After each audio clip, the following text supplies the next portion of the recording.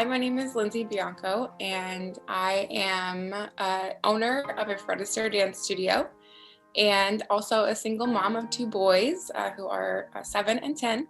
And I've been in my business, Fred Dance Studios. It's a franchise for over 20 years. I started when I was just a teenager there and worked my way up.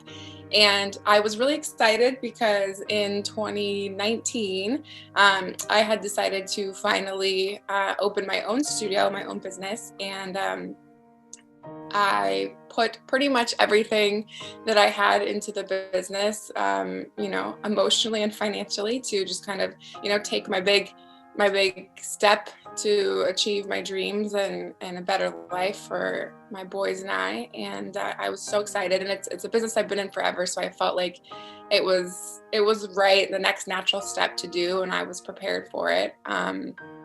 And just really excited for the future and to be an employer and provide for employees and others. And just my business is ballroom and Latin dance lessons. And so we bring quite a bit of happiness to people's lives through what we do. And I was just, incredibly excited to embark on a new journey. I knew it was going to be hard and very challenging at times, but I felt like I was ready for that.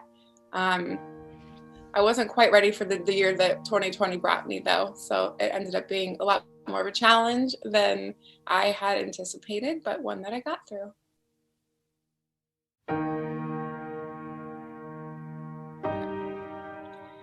So 2020 ended up being quite a bit more challenging than I had anticipated, and first started off with my business had only been open for about 4 months before in Arizona we were told to close our businesses due to the pandemic. And that was really hard because I'm a brand new business owner, and 3.5 months definitely doesn't really give you enough time to build your student base and any kind of like long-term clientele in our style of business. And it's teaching lessons, and so it's not really something, we don't sell a product, so it's not something that we could have continued business. We did try and pivot to online, but everyone was just so scared, anxious, and overwhelmed that dance lessons weren't completely the front of their mind at the time. So I had to furlough my employees and just hope and pray that we would get through it. And it was really challenging for me because I'm an anxious person, and I like a plan. And obviously the pandemic, there's no plan in that, and none of us can predict how that was going to go or how it's still going to go. So it was hard for me emotionally and kind of devastating that I had to furlough my employees, because that brings me a lot of purpose. So but we got through that, and a little bit later in the summer, in July, my brother, who he was my best friend. It was just the two of us growing up, and we were incredibly close. And we were told that he was terminal a year before that, in 2019. But we thought he had like maybe a couple years left, and he ended up passing away in July. And that was incredibly hard because it wasn't necessarily expected. He went into the hospital, which brought its own challenges because we couldn't be with him, and he's a love and connection person. And with COVID, no one can visit their family while they're in the hospital. So he just was in the hospital by himself, and he was supposed to have kind of a routine procedure done and come back home to us. And he never woke up from that procedure and never came back home. So we knew he was sick, obviously, but it wasn't expected, and it wasn't time in our minds. And so that was really hard, because then a couple weeks later, my grandma, my mom's mom, also passed away from the exact same thing, basically, as my brother did. And that just devastated our family. And then also for me to be the only daughter left, I felt so helpless because I didn't know how do you help a mom that lost her son and her mom basically at the same time. And I just really struggled with that. And the hardest part too was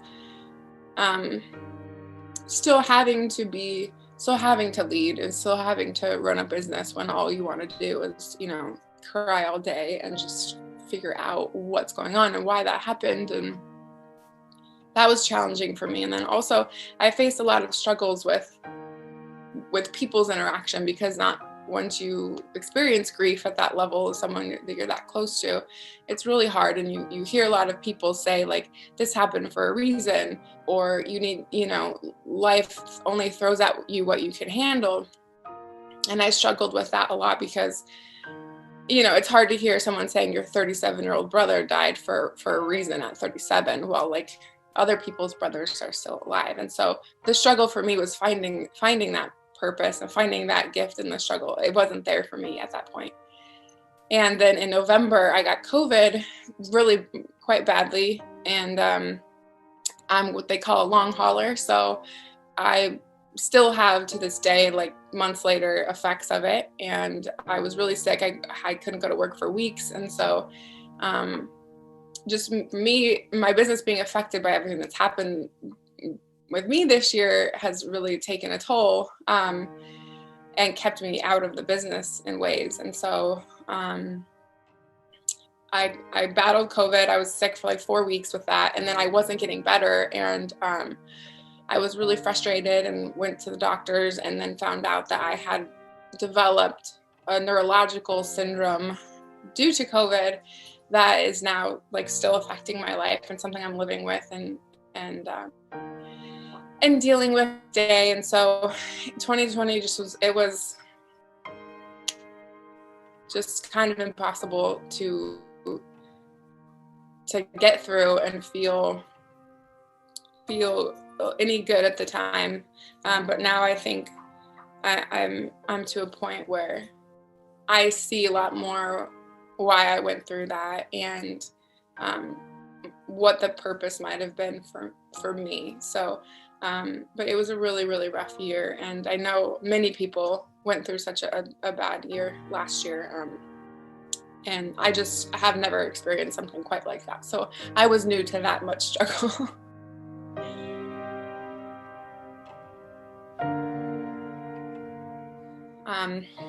What was my gift of the struggle for 2020? And right now it's only January 26, 2021. So it's not been an incredibly long time.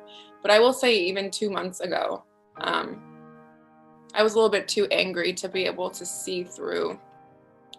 I couldn't see through that anger to figure out what was the gift. And I spent a couple months thinking about it and allowing myself to be open to the fact that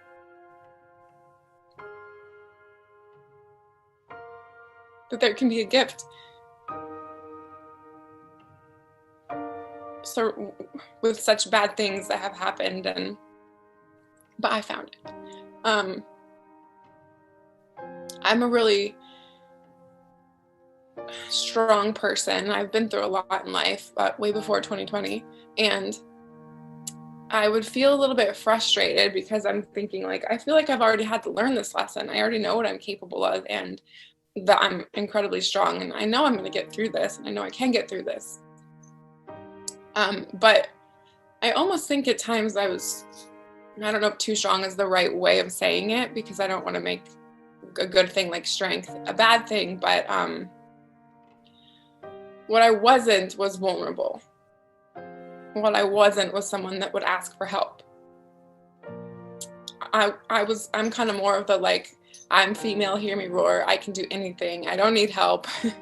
I don't need anyone. If you ask me how my day is, it's always great, regardless of what's actually happening in my life. I'm just going to bypass any truth or realness and just tell everyone I'm great, and not ever talk about what's really going on. So the gift for me was that I was forced to ask for help, because when my brother passed, I needed people at my work to step up and to help me with the business. When I was sick with COVID, I needed I needed a lot of people, because my family had to help me with my children, and I needed help just kind of functioning because I was so sick. And then again, I needed my staff to step up, and I realized that felt good, because people care enough to help. And I've never really asked for that before. And so for me to allow myself to cry, to be vulnerable to people, to share how I'm feeling, to know that it's okay to not be okay, I think that's my biggest gift. That, you know, as leaders and women, we have a strength and leadership, but that it's okay to be a little bit broken sometimes, and still run a successful business, and still be a leader. And sometimes even being a leader in that moment means showing, you know, my employees or my female employees that it's equally strong, if not stronger, to be vulnerable, to let people in, to admit that you need something, you need someone. And I don't think I could have gotten through 2020 without realizing that. So I took my anger for not thinking that there's a lesson to that at all, to realizing that I finally let my strong girl facade, my walls down, allowed people in, allowed people to comfort me, was able to comfort people better because of it. And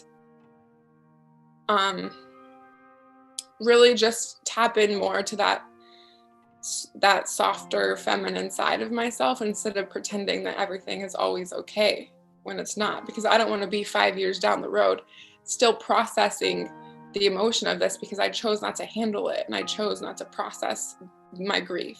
I want to process it. I want to live in that, even though it might feel badly for me right now. I want to heal, and I think I can't heal until I face and really sit in what last year brought for me. And so I'm grateful now that I know that the gift and the struggle for me is learning that it's okay to not be okay, and that we need people, and that people care. I think it was hard in 2020 because so many crazy, weird things happened with culture, but at the end of the day, people still care, and that's incredible. And that was a huge gift to me.